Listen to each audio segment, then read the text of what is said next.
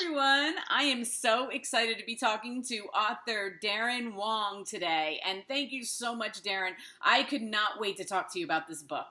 And look at that cover. I mean, it's amazing. Amazing cover. And I love historical fiction. So I was so excited when I saw you. The buzz around you on all like Facebook and Twitter about this book is just at its height right now. Maybe because you are out on a book tour, but I see it everywhere and everybody's like, you have to read this book. You have to read this book. So I did. And I was like, oh my God, I got to talk to Daren. So thank you so much for talking to me. I'm grateful for the chance to talk about it. Yeah. And so when I went on your page today, I saw that your book tour is extensive. I have a few more dates I need to add on to the schedule. I think altogether it'll end up being about 65 events. Wow, that's crazy. I've been going to a couple of local bookstore events, and seeing what you guys have to do is, I mean, it's tedious, to have to go and sign and sign. There's no better joy in the world than signing your book. I'd be happy to sit all day and just do it over and over again. I'm happy, and the chance to meet people. I started researching this book almost 10 years ago, or over 10 years ago, and after the first year, my wife got really tired of hearing all this stuff that I was discovering. So the chance to chat with people about it is actually I'm really grateful for that. It's a lot of fun. Right, and as a writer, I mean, you're stuck in a house writing for so long, that it's like nice to get out and start talking about everything that you spent all that time writing, right? Yeah, exactly. It's a joy. Right. Well, okay. So I was telling you that I listened to it on Audible, and it was like 14 hours. I don't know, 13 hours, something like that. But the woman who did it was so good. Okay. And her name, I looked her up. Her name is Robin Miles. Okay. And she did Hidden Figures. She did a lot of great books. So you are so blessed to be able to get her to read your book. When they sent me her name, I used to work in audiobooks quite a time ago. Right. But I've kind of lost track of that business, and they sent me her name, and I looked her up. I look up her resume. I'm like, holy cow, they're not messing around. She's a fantastic. She's got a fantastic resume, and I loved what she did with the program, with the book. She did a great job with it. Yeah, and you know what I'm starting to realize the more I listen to audiobooks now is like what an art form that really is.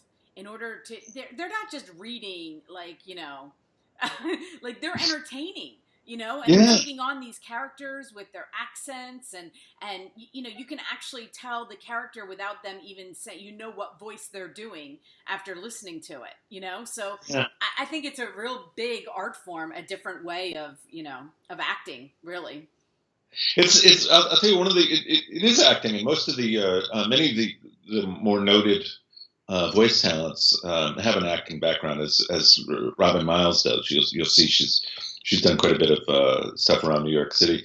It's interesting also to in that process to take on to understand the interpretation to have. So she's an artist. Robin Miles is she's a voice talent. She's an artist. She's an actor. She picks up the book and starts reading it, and she makes artistic decisions based on the book that are interesting and intriguing and smart, but are different than what I would have chosen. And that's an interesting process to say, okay, well, that's a different artist doing, taking on this work, and need to be okay with that. For example, one of the even at the very opening chapter, Joe the runaway meets with a character named Mayfield, who we don't see much of. He's just there in the opening chapter. My understanding of Mayfield, when I wrote him, I thought of him as a native New Yorker, somebody who'd been born in slavery when slavery was still legal in New York State, right. Which would have made him quite old, but also it would have been appropriate, and he would have spoken quite differently than a southern slave. Right. And she gives him a very southern take, which, and there's nowhere in the book that I specify otherwise. So it's just she does a good job with it, but it also threw me back. So, no, that's not how he sounds. Right? That's not the way I wrote him. I don't know, but and what I think about is I've listened to some books in the past that if they lose me in the first chapter of an audiobook, like say the person doing the voice is just not good, it's not fair. I've realized that when I've gone back to read the book, I'm like, oh, I don't, this is a good book, but their reading of it can actually give a bad impression. So I always like to tell the authors when I listen to it, it's a different thing, like listening and reading. But because so many people are listening, it's nice to know that like she hooked me, and I wasn't bored by her. I mean, I thought she did amazing. So I was like, it's good to know. It's good to know that you have a woman that's like really can keep everybody's interest in your book. Yeah, exactly. Because it's a big market. It's a huge market for you guys. I bet growing, actually, because I know I get in the car and it's like I turn on a book right away. I'm always people listen to music. I listen to books, so whatever. But anyway, okay, so if you were just one question before we talk about your book, because when you said you were in the audiobook business, how long would something like that take? Because I know, okay, so I said your book is like 13 hours or something like that, maybe 12. I don't know. But how long would it take her to do that? Because I'm sure it doesn't take her 12 hours. I'm sure it's much more extensive than that. Yeah. So, of course, it depends on the talent, right? Somebody like Ms. Miles, I would guess that was probably a week's worth of time in a studio for her. Okay. And then it's clear that she's spent a good amount of time preparing for it as well. Right. But I meant the actual, because they don't just go in there and just start like, okay, I'm going to read this through for 2 days or something. I mean, I'm sure that it isn't like that, what I'm envisioning, Well, I mean, it's kind of a question of a person's or an actor's professionalism. I don't mean to, their experience in the process as well, right? So whether you're doing, it takes 2 hours to every one that is in the final production, or 3 hours that are, and also of course it can be, your voice, your instrument can only run so many hours in a day. So you can't do. Oftentimes, you can't do 8 or 10 hours of recording in a day, no matter what. Right? Yeah. So it breaks down into the increments. One of the things when I listen to, because I've been driving around a lot for a book tour, and hearing. Listening, so I've been listening to audiobooks a lot over the last couple of weeks myself, and one of the things I notice, and I don't know if anybody else does, is I hear where the voice changes enough that it's like, oh, they went home right there and then came back the next day, and the voice sounds fuller or less, and it's usually a pretty subtle difference, but it's something I kind of listen for. Wow, yeah, you must have a really good ear for that. I have never noticed that. I'll have to pay attention, though. See if I can, see if I can tell. You'll find it distracting. I don't think you want to. I don't know. I mean, I have to listen to a really long book today, so we'll see what happens. I'll see if I can tell or not. But I always wondered, and since you said you were in the business, it was just an interesting, for anybody out there, I always just wonder how it exactly works, because I didn't think it was like they go in. But I know it's, studio booking time and all that kind of thing. But for somebody like her who's as gifted as she is and getting those accents, it takes a lot of work. You just have to you have to realize, like, it's not just, oh, I'm going to sit down and read 5 chapters today. Like, it might not go that easy because, you got to know your work. And especially in this book, I mean, you got a lot of accents, you got a lot of people to, nail down and remember how you did it the last time. If you have one voice especially for, in this book, if she has one voice for Mary, she got to stick with that voice, the whole time. Yeah. So they have producers and everything else in the room, that are calling them on that stuff. They work out notes and everything.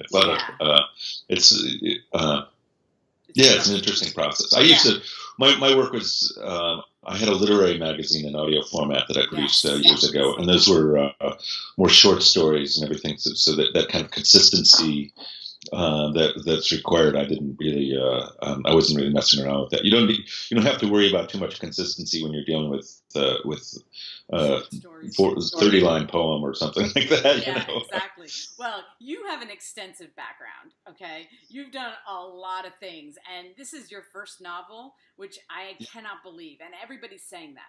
Everybody's like, I can't believe this is his first novel. I can't believe this is, because it does not read like somebody's first novel. So, I want to hear your pitch on it, because I was thinking about how to talk about this, and I'm like, I don't like to do spoilers. I like everybody to experience exactly what I experience when I'm reading it. I don't even want to read spoilers. I usually read nothing before I read a book because I don't want to know anything. And so let me hear let me hear your pitch on the book for everybody.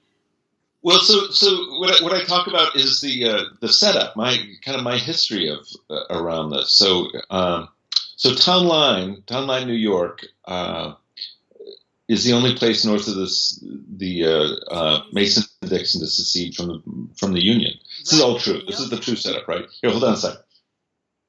This is I have we'll for this. This is the Town Line, New York fireman's patch. This is on their this is on their shoulder. Or I think they've discontinued this, but originally this would be on their shoulder. When I was growing up. Right. In Town Line. So Town Line, New York seceded from the Union. The patch says 1865. It was actually 1861, December of 1861. Only place north of the Mason-Dixon. It's about 15 miles from the Canadian border outside of Buffalo, New York. Mm-hmm. Town Line had been founded by a man named Nathan Willis, who had come west from Vermont, 1811, and he founded he built a sawmill, a barn, and a house, and he raised a family. And in 1857, he sent his daughter Mary Willis away to Alfred University. She came back home the following spring, 1858, and started running an underground railroad station in the barn that behind the farmhouse. When in the middle of a town that's seceded from the Union, so there's an interesting contrast there, right? So Town Line doesn't rejoin the Union until 1946, and when it rejoined, it was led back into the Union. The vote was led by Herbert Pride Webster, who was Mary Willis's very much elderly son at the time. Mm-hmm. He led everybody back in. He led the vote back into the Union. He also started converting that barn into a house right about then. It was kind of dilapidated. You can see some pictures of it in old newspaper articles. But he renovated it and started turning it into a house. And he passed away, and his family continued that process. Then they sold the house to a family named Gibson. And then in 1971, old man Gibson sold that house to a Chinese immigrant and his wife. And those were my parents. That's the house I grew up in. Wow. So I grew up knowing the story of the secession and hearing bits and pieces about the Underground Railroad. We had evidence of it. So if you went into the basement of the farmhouse, what we called the front house, we rented it out to school teachers. My parents owned both both the front house and the half converted barn. So they rented out the old farmhouse to these usually the school teachers who always claimed to see ghosts in the house and so on. But we went down. If you went down into the cellar and you turned to your right, there was a hidey hole 6 feet deep dug into the side of the cellar wall where they'd hid slaves at one point.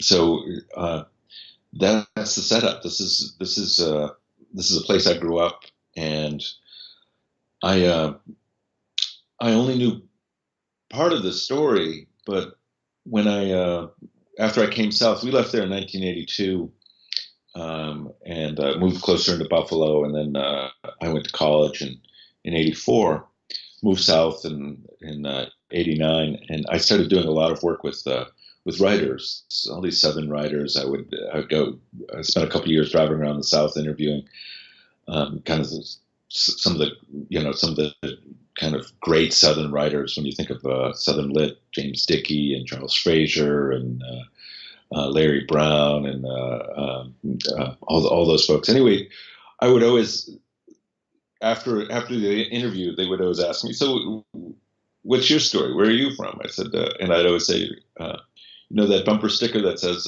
"Lee surrendered, but I didn't." I'd say that's my hometown, and I tell them the story, and they'd say, "But why? Why would this place secede?" And I never had a real answer. So I started.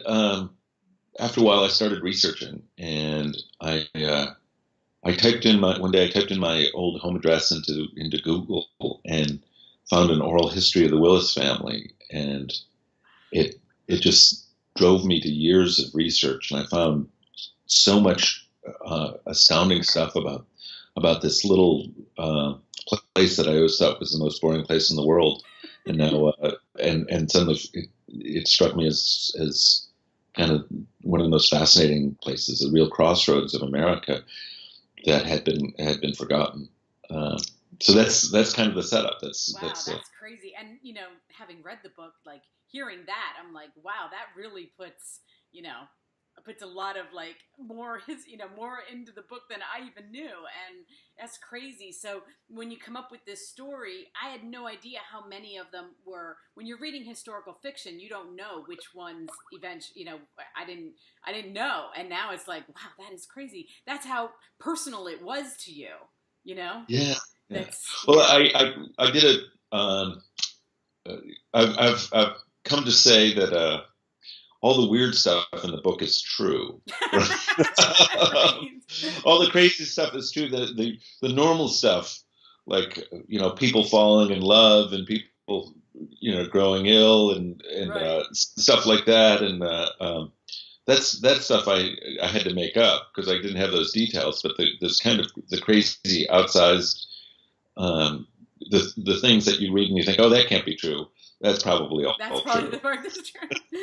Well, like I said, this book is getting a lot of buzz right now. Everybody's loving it. And is it an indie book or was it published? Because I saw something that said it was indie, and then I saw conflicting that said it was published. So no, it's an Indie Next Award, which is that's a reference to that's an award that independent booksellers give. So. Okay. It is published by St. Martin's Press. Right, that's what I saw that, and then I was like, why did it get the indie? I didn't understand exactly how that was because I interview a lot of indie authors, so I was like trying to figure out, exactly where it was, and so you got this book. I mean, first of all, it's your first book. You get it published. It's getting all these great reviews and everything. How does that feel, for you as a first time author? It's a little. It's a little wacky. I have I've been working with writers for a long time. It's kind of odd though to suddenly be dealing with things because I've promoted authors. I've run a book festival here in town, and I've done a bunch of book events. But to be on the other side of it is feels very strange. and to have something that you work on. I worked on this book for 10 years, and then to have people reading it and loving it. Yeah, reacting to it and asking questions and finding things in it that I didn't really intend, but was clearly there. That's a lot of fun. It's really a lot of it's really joyous, Yeah, and especially when you're writing historical fiction, I find a lot of times that you start reading the same. It's kind of the same stories in a different way, but this story, nobody's ever written about this story, so it's like I loved the fact that it was a brand new, something I'd never heard about, something that was true, that was happening. And I've been telling people, I'm like, did you ever hear of this town? Like in Pennsylvania, it's not really a known thing, I have to tell you. No, not really. Yeah. Not a lot of people know. It's funny. I was interviewed the other day by Frank Stasio, who used to be on NPR National, but now has a talk show in North Carolina that I think covers the whole state.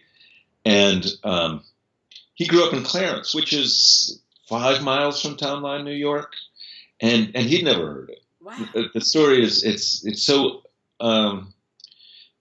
It's oddly buried. There's this weird thing in, I had to come south to understand the weight of this story. In essence, I had to live in the South for all these years because the South thinks about history in ways that the North doesn't.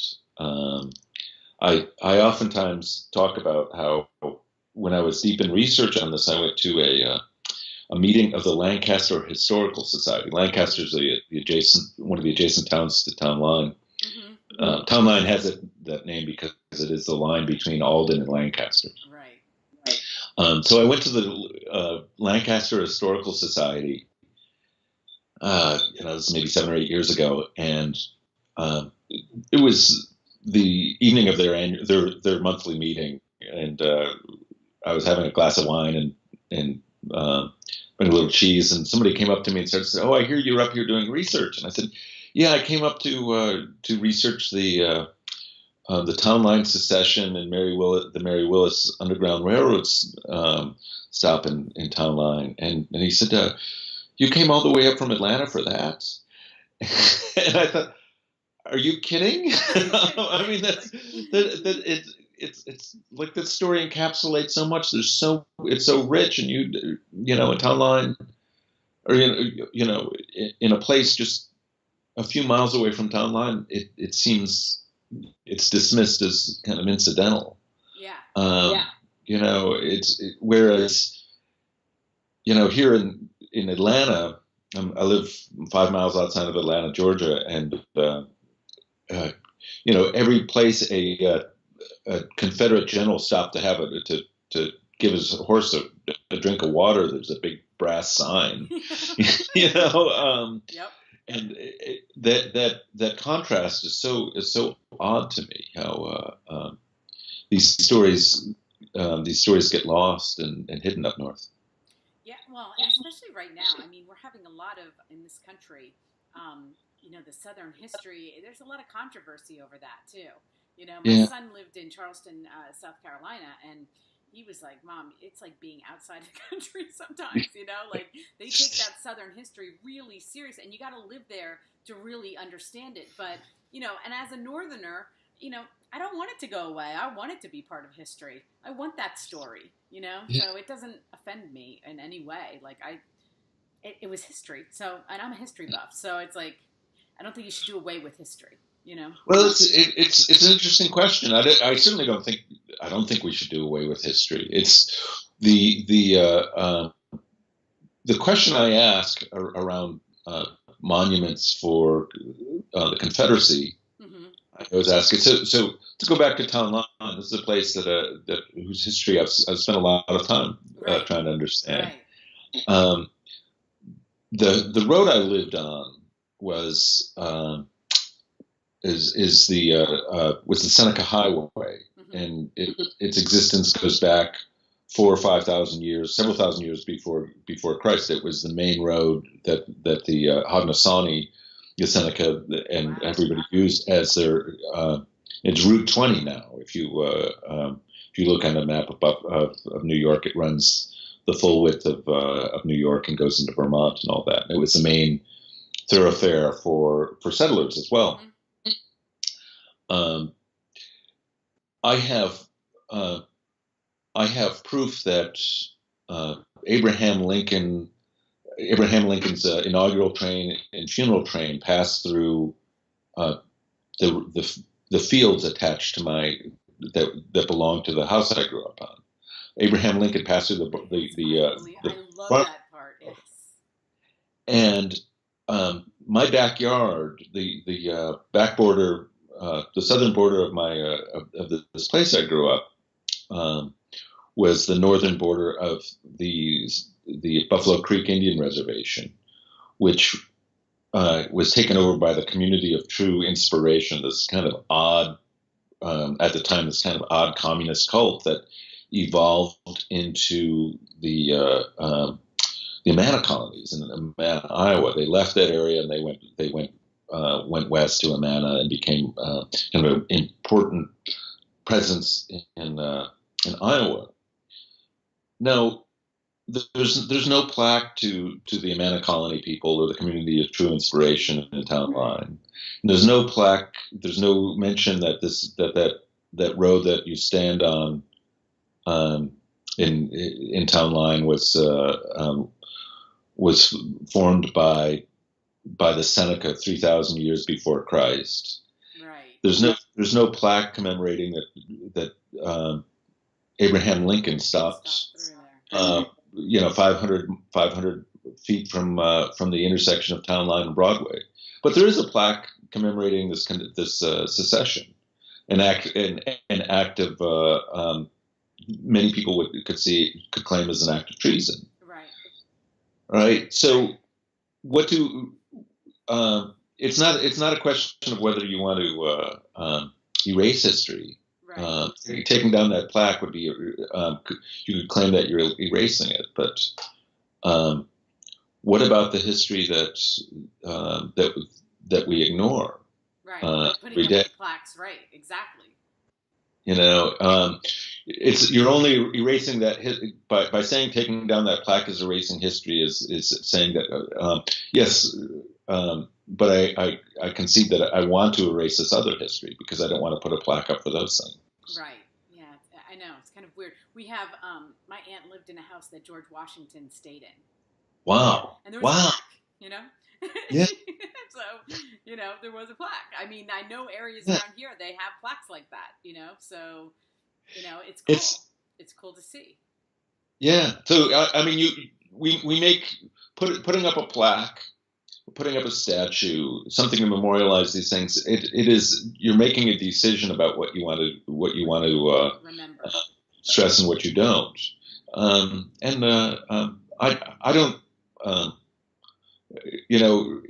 If you want to put up a statue of Robert E. Lee, then you should also include that he fought for the continued enslavement of a race. That seems perfectly fair. You want to put the statue up, it should be comprehensive. Right, exactly.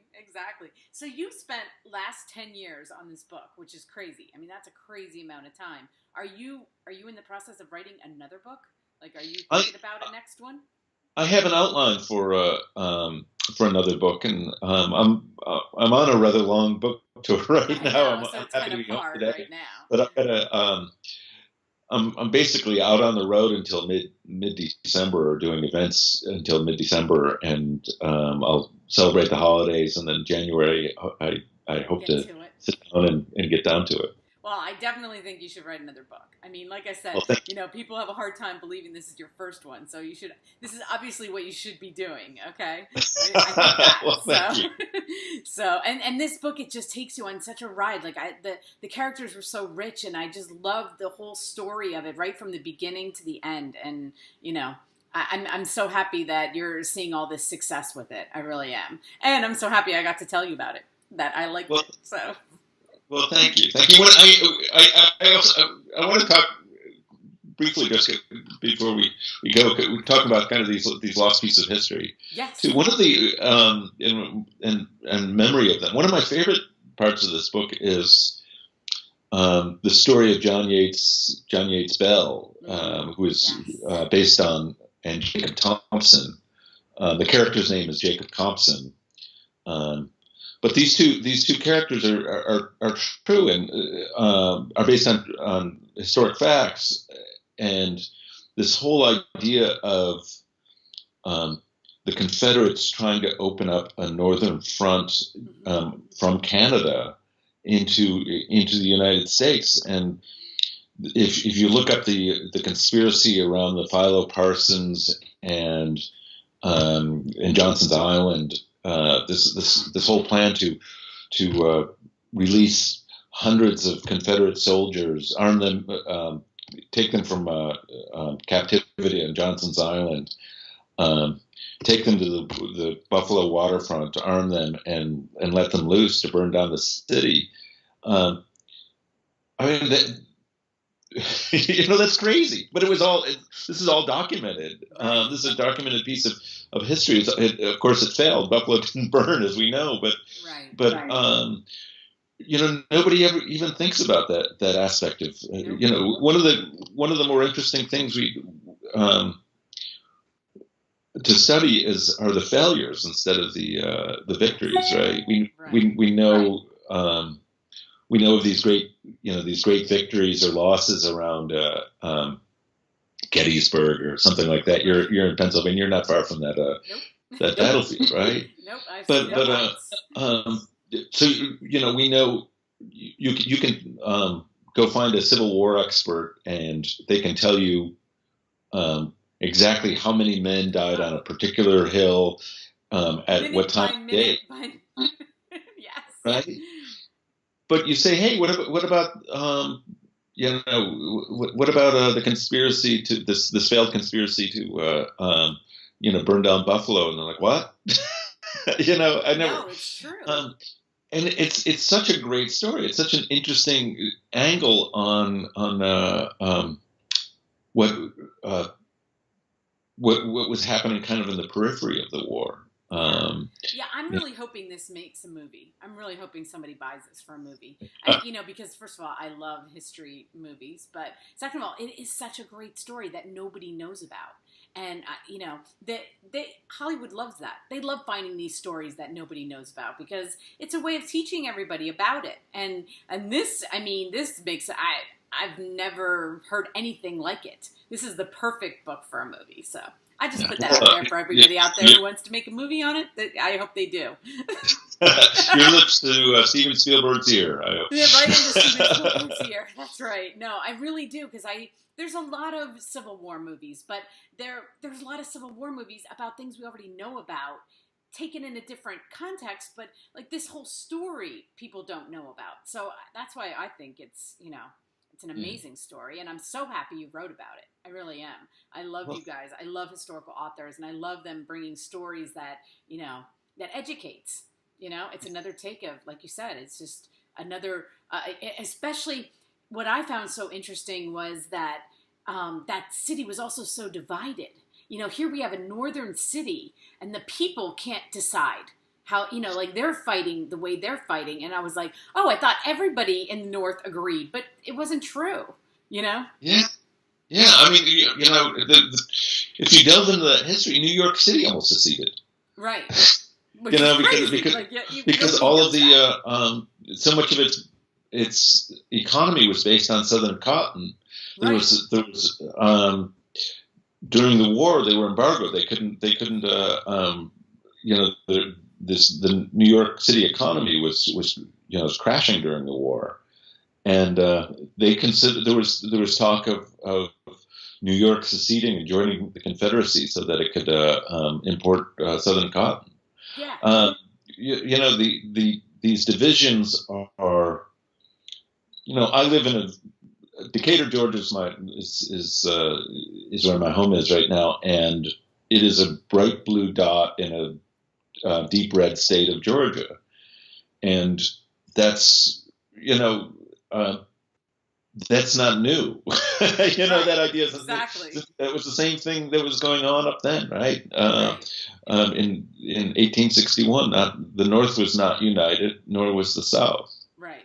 Everybody thinks it was so easy, that line was so easy, and it's not true. That line was not. People had their opinions, and a lot of people in the North were like, I don't really care, and they're sending their sons off to die for something they don't even care about.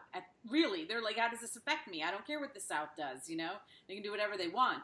A lot of people cared. I mean, it was just, and same with the South. They were like, people that it didn't affect, they were having to send their sons into war that it didn't necessarily affect them. It affected the people who it affected, and that's what ended up happening. But that's the part of the story that I really loved, was that the infighting of, I should say, of the citizens of that town, Yeah.